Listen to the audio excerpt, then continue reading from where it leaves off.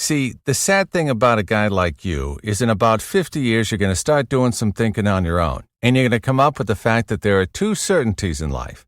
One, don't do that. And two, you dropped 150 grand on a fucking education you could have got for $1.50 in late charges at the public library. Or by listening to Thrive Loud with Lou Diamond. Would you like to learn from those that are taking their lives, their businesses, and their passions to the next level?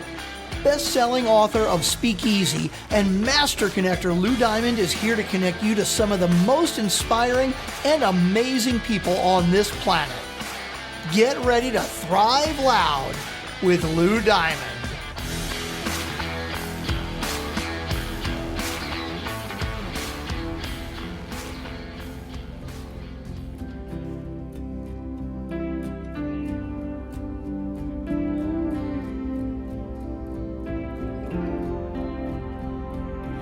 I walked through the door with you.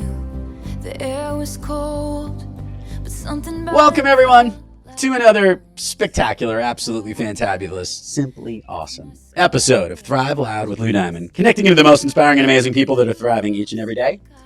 I'm your host, Lou Diamond, and today on Thrive Loud, we have an author, international leadership consultant, and keynote speaker.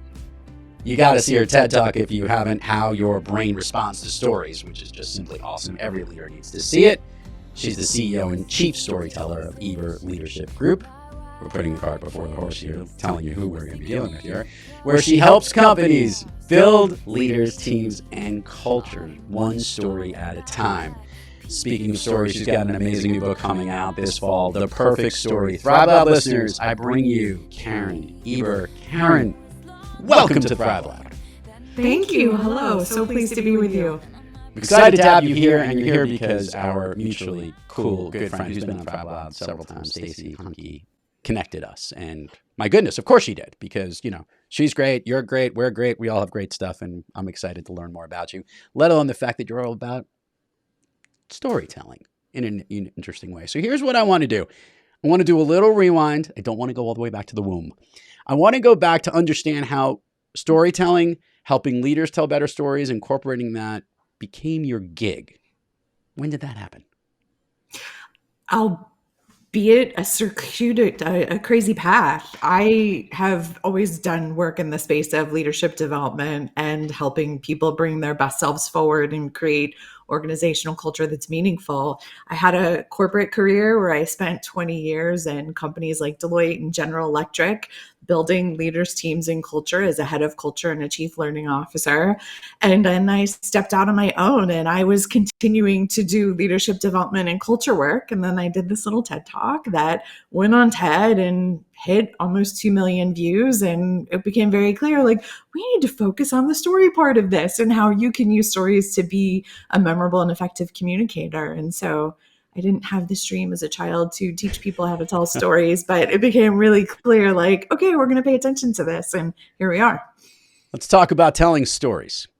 Going back, I'm going to rewind it even further than that.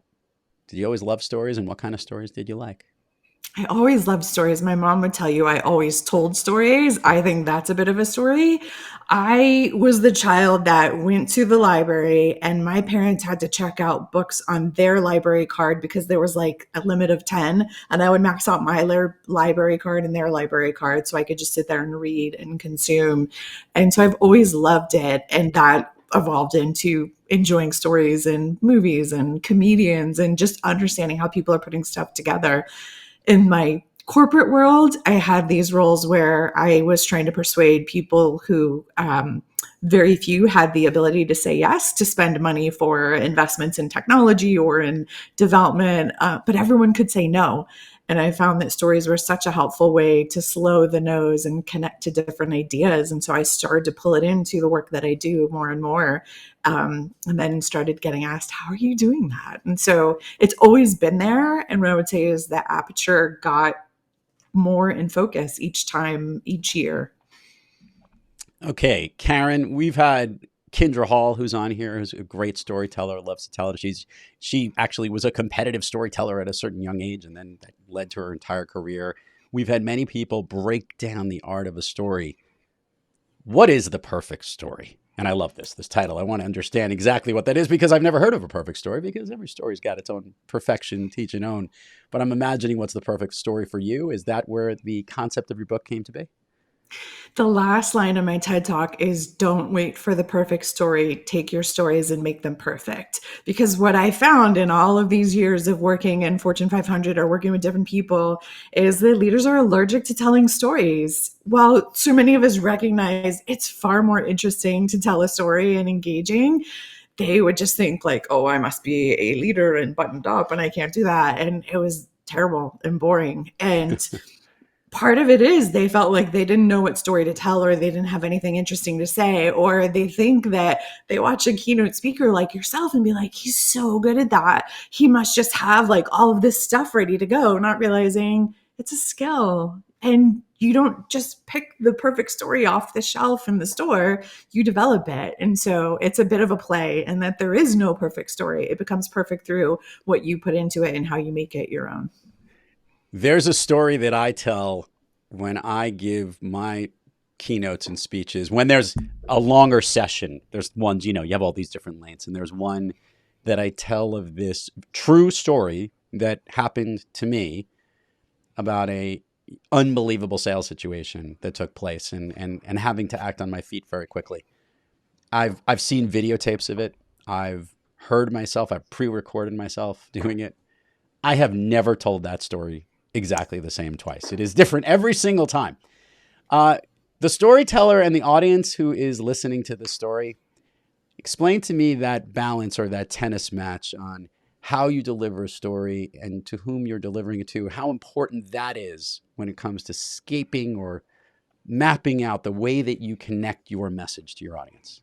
Yeah, the story actually starts with your audience. We love to think it's like, oh, I'm going to tell this story, the sales story that I know always works. The reason it's different every time is because your audience is different every time. And what you want to do is think of who is the audience I'm telling this to, and what do I want them to know, think, feel, or do after?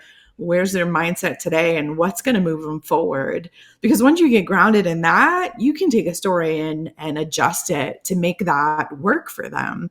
When you don't, and you're telling the story you love to tell, you're just like the uncle at the holiday table that's like telling the same story on a script over and over, to which everyone is like quietly mouthing along because they're like, if we hear this one more time. And so that's the magic of storytelling. It starts with your audience. Start by thinking about who they are and what you want them to do, because that's where the fun comes in, and you get to play with some different things and tell it differently. And more importantly, it's going to connect with them. You worked in a lot of very traditionally corporate organizations. I'll use that from, GE. I also worked at Deloitte. I know that's where you worked in your life before. And these organizations have kind of a very traditional way of being there. And to your initial point, leaders thought there was a certain way they needed to lead or a certain way they need to communicate. Today, we're recording this in the July of 2023. How much different is that today in the world? How much more accepting are the audiences, the listeners, the companies to knowing that there's better ways to communicate? There's more engaging ways to do that. Or are we still dealing with the old fuddy-duddy stuffy way of doing things? It's both. I do think there's more acceptance, especially as things like TikTok become more prevalent and people recognize there's a more compelling way to communicate. But there is still this thought of either a leader has to take on a certain persona, or I just haven't left myself enough time. And so I'm just going to come and just fire hose you with all this information that I haven't put any thought into how I'm communicating. So there's definitely an interest. Storytelling has been having a moment for a while. You mentioned Kendra. I know she too has been talking about this for like 5 or 6 years. I've had the same thing of there's an interest in how do we do this, and understanding there's a way to do this as we've gained more insight about the brain and what's happening when we tell stories. But there's still this lack of understanding how to do it, or a perception maybe that it's harder to do. And so some avoid it, or they think that to them hearing tell a story means I'm going to have to tell like the most vulnerable personal thing ever, which isn't the case at all. I always argue storytelling is personal. It is always personal because there's a reason why you are telling that story, even if you're telling someone else's story. Why are you the one telling it? What meaning are you bringing to it? But it doesn't mean that it's private and that you're sharing things you don't have to share. And so a lot of the work I'm doing with people is unpacking that and having them think about, like, for you, where is that boundary and how can you communicate better so we save the world from one boring meeting at a time? I'm also going to throw out Kelly Swanson, who, if I didn't fail to mention her name, because her ability to shorten a story and tell it with passion is one of the biggest gifts. I got a chance to see her take two stories that were unbelievably told by professional speakers and make the quick version of it. And it was incredible. It was really cool to see it and to understand how she processes it and how to help other people do it, which is when I want to get to you. You tell a lot of stories too. And obviously in helping to teach people the skills of storytelling, which is kind of the educational component of what you're doing. But then there's the stories that you tell as well. Is there a greatest hits list of stories that you tell more often than not? Or do you find that you almost feel like I got to freshen it up a little bit when I get out and I deliver my message to others? Yeah, I've got to freshen it up. I will hate the stories that other people love. So there is a greatest hits because people will ask for, can you tell this story? Can you tell that story?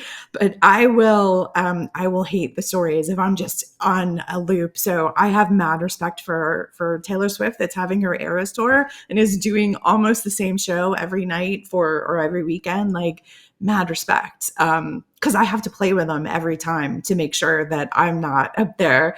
Like in Disney World, there's the Hall of Presidents that are the robotic animatronic. Let me get up and tell my piece about Lincoln. Like, I can't do that. So there are some that are more frequently requested, and most often those are ones that have to do with treating people well or kindness or things that are about the human condition that make you feel good. Those are mostly the ones requested, which I think shows people want that connection in that moment to feel good. Karen, you wrote a book called The Perfect Story, which we're going to put links to so that everybody can pre-order it and get a chance to check it out. And that is the gift that, whether you're a reader or a listener, we are receiving from you, and we are very appreciative of that. Yet I've asked numerous authors on this program that something happens when you write a book, and that is there's a gift that's given to the writer in putting this thing together, this creation, this little baby, if you would. What was the gift or the happy accident that you received, Karen, in putting together The Perfect Story? I think there's always, as you're in the writing process, there's always this moment where you write something and you press save and you think, where did that come from? And then you go back and you read it. And, when I'm going back and I'm reading chapters, every single chapter, I'm like, this one's my favorite. No, this one's my favorite. And that's great. This is my first book. And so my writing has been article length, which is 1,000 words. And so figuring out how to make the arc of that across a chapter was good fun. But it just, I feel like everything up to this point was making deposits and integrating. And this is the synthesizing of all of that. And it came out and it was a gift. I love it. It's a topic that there are so many that do things in storytelling. And I do feel like I'm doing something here that evolves the conversation and offers some new things. Love it. You write, you consult, you speak, you educate, you train, you wear a lot of hats. You're on your own company doing all of that. Which hat do you like to put on the most, Karen, each day? There's probably a couple. It's not just one. For some moments, it's writing. I am an introvert, so I do my thinking that way. But there are moments when I'm working with an organization or I'm on stage that words come out of your mouth that you're like, where did that come from? Let me write that down right away. And so it's the ability to listen to things that people are struggling with or that they have questions about and synthesizing a new meaningful way for them to do something about it. That, to me, when I get to do that, those are my best days. On those best days, we know you're thriving, and look at you. You got books, you got businesses, you got speaking things, which is why you're here on Thrive Loud, which is why you're thriving on most days. But we all know there is days when we're not quite kicking on all cylinders, Karen Eber. So when you have trouble thriving, what practice do you seek, or maybe which individual do you seek out to get yourself back on the thriving track? Yeah, it's two things probably. First, so many of my articles are for myself. So, I have a chapter on storytelling and vulnerability because, like everyone, I struggle with that. You put something on social media and you get a comment you don't like, or bless the people that feel the need to come to your website and fill out the form and tell you whatever. Like, there's always someone. Or you do a keynote and the story or something doesn't quite land the way you want, and you're like, oh, I just saw it going so differently. And so for me, a lot of it is if I can write to myself what I need to hear, that makes a big difference for me. And sometimes what I need to do before that is to pick up the phone and call some different people. And so I have a few different people depending on what it is, whether it's more of like a personal struggle or a business struggle or guidance, and the combination of having a conversation, then sitting down and thinking, what do I do with this and how can I turn it into something? Because if I'm feeling it, other people are. How can I turn it into something helpful for them? So those two things work well. I like it. Who's your go? Who's your what was remember the Who Wants to Be a Millionaire? Who's your lifeline? Who's the one who's the friend that you go to when it's like, oh, it's dire, I got to go to this person? Who's that person? Right now it's one person. His name is Darren. So as I was writing my book, he helped edit some pieces early on with the proposal. And then as I've come up with different struggles, he's the phone a friend of like, do you have a second? Can we process this? And so, yeah, he's been incredibly kind. Karen, let's do the admin part of the show. Share with the listeners all the places people can find you, websites, URL, social handles. We'll put it in the show notes. Gets way more engagement when they hear it from you. Yeah. So my website is my name, KarenEber.com. You can get information on the book, some different giveaways from the book in there. One of the things we didn't touch on, but it talks about these fun interviews in the book from people from Pixar and The Moth and different organizations like that. So check that out. There's also links to all my social on there, from Instagram, Facebook, what used to be Twitter. Guess I need to update that for Threads. So you can get links to all of that from there. That's the easiest place to go. You just reminded me of the task that we have to do regarding Twitter handles, social things. Everything. Even Not just websites, logo. One-pagers, like all of it. We all need to send Elon Musk a big bill for that. I was thinking about that. You know what they need to do? They need to almost, like, if you're pulling that link and you're pushing to it, they should do it for you. They said, hey, if you're directing that way, just send the X or whatever the heck it is. I just read an article. I'm curious if we actually will embrace it or if everyone just calls it Twitter. Well, and I also didn't know if it was going to be the Twitter thing, or they were trying to do what Facebook was doing, where they made Meta, and then there's Facebook and all the little companies underneath it. I don't know if that's what he was trying to do, but anyway. It's so crazy. I saw San Francisco is having an issue because I guess the X above the building is now causing too much lighting issues or something. I don't know. It flashes at night. It's obnoxious. So we'll see. We'll see. Yeah. We'll get there. We're just going to put the Instagram link here. That'll make us feel better. Okay. It's even better. I just keep the same handle across all of them. You want to know if I'm there? Try the same handle. You ready to go down Fun Street with me here, Karen? We've been Let's having fun. go. Yeah. Okay. Can you share with the listeners what you shared with me as one of your all-time favorite movies? It is Good Will Hunting. I lived in New England, and when that movie came out, I was just so fascinated by the story that they had written together and how it's made. There's some really good storytelling pieces to it. I know there's love it or hate it on the internet of whether people think it's cheesy and too predictable, but I just think Robin Williams at his best. Amazing story. That when I was writing my book, I would sometimes put something on as a distraction, and that probably played like 8 times. I've spoken to a lot of coaches who watch that movie and talk about just unbelievably how persistent and good he was playing the role of a therapist and a coach, but doing a lot more coaching and trying to get him to get Will where he needed to be, and having to really establish and building that trust, which is something so unique from a very cool story, and such a good movie, by the way. I'm a big fan. Yeah, he's such a straight shooter too. I think that's part of it, right? The others weren't working because, that's a whole other conversation. But yeah, love it. Big fan. That's another podcast. We'll do that. It is. We're going to do the speed round here, Karen. Here's what we do. I want you to think of the first thing that comes to your mind when I ask you these questions. Most of these questions are things that make you thrive, and there are no wrong answers because they're your answers. So here we go. Ready? Ready. Of late, a song that you love to listen to, or maybe one that just pumps you up. Taylor Swift, All Too Well, 10-minute version. Did you just see the concert? I have to ask that question too. Did you just see her?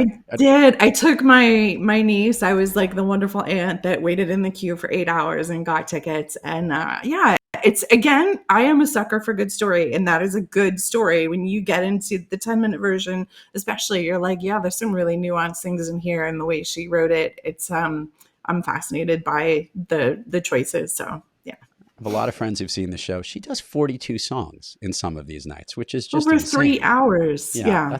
That's a lot of Taylor. I love Taylor. She's awesome, but that's a lot of Taylor for anybody. 3 hours. Yeah. Okay. A favorite food that is not a dessert. Pizza. Favorite dessert. Ooh, probably ice cream. Like a simple, really good vanilla with a vanilla bean in it. Oh, I like it. With colored sprinkles, by the way. Those are very important. You got to have do you call them sprinkles, which I could tell you where you're from, versus what do they also call them? Jimmies? Jimmies, yeah. They're sprinkles. So when I lived in New England, I would always get the side eye at the thing when I asked for the colored sprinkles, and they were Jimmies, but whatever. It's fine. For all you New Englanders out there, it's sprinkles. Okay, it's sprinkles on top. None of this Jimmy stuff. Okay. Who's Jimmy? An activity you wish you did more of. So I used to run. I have run 25 half marathons and struggled with an injury that I never quite came back from, but I wish I could get back into that a little more regularly. It just is such good thinking, writing, breathing time. I exercise, but there's nothing like the feeling where your lungs go down to your knees. So that. An activity you wish you did less of. Work. Okay. I would love to, like everyone, I'm trying to play with the levers of how do I balance out some of the less desirable tasks and have more free time and have the benefit of being an entrepreneur. So it's a little skewed at the moment because of the book, but that's, 2024, 2025, it's looking good. I like it. An activity that's new to you that you've recently tried that you like so much you want to tell everybody else to try. There hasn't been a lot of new. I will tell you one that I'm doing probably with more increasing frequency. I play the flute and the piccolo in a community band. We are not rocking. We aren't the best, but we have the best time is the way I like to say it. There's the ages span from 87 to like 23. So that's like just my joy to go in there and play movie music and stuff like that and have a good time and play with different parts of my brain and get to play my piccolo. So that's good fun. I love that. If I keep wanting to figure out a keynote where I bring the piccolo on stage and do a whole thing, but we're not there yet. I think there's a story there. We could talk about it. Totally. If I could snap my finger, Karen, and you could be anywhere in the world, where are you? The first word that came into my mind was New Zealand. I haven't been there in a while, but spent 2 beautiful weeks on the North and South Island and had some of the best food in my life and beautiful terrain. So that would be lovely. Karen Eber, The Perfect Story. Thank you so much for coming on Thrive Loud. Great to have you here. Good luck to you. Good luck on the book. Everybody will put all the links in where you can get it, and continued success to you. And I'm a big fan of yours, and I love the stories you're telling. So I'm going to keep following your methods, see how it works. Thank you for what you're doing. Thank you. To all the listeners out there, thank you for joining us. And until next time, keep moving onward and upward. And remember, be brief, be bright, be gone. Here we are again in the middle of the night. We're dancing around the kitchen in the refrigerator light. Down the stairs, I was there. I remember it all too well.